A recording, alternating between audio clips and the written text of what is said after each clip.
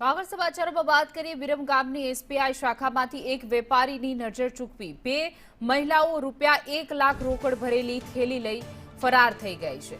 બે મહિલાઓ ₹1 લાખ ભરેલ થેલી ચોરી કરતી ઘટના સીસીટીવીમાં કેદ થઈ ગઈ છે।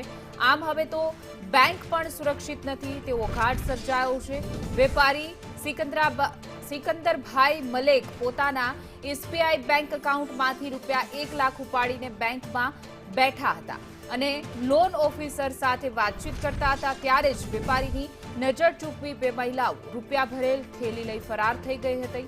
ત્યારે ચોરી અંગે ગુનો દાખલ કરીને વિરમગામ ટાઉન પોલીસે વધુ તપાસ હાથ ધરી છે।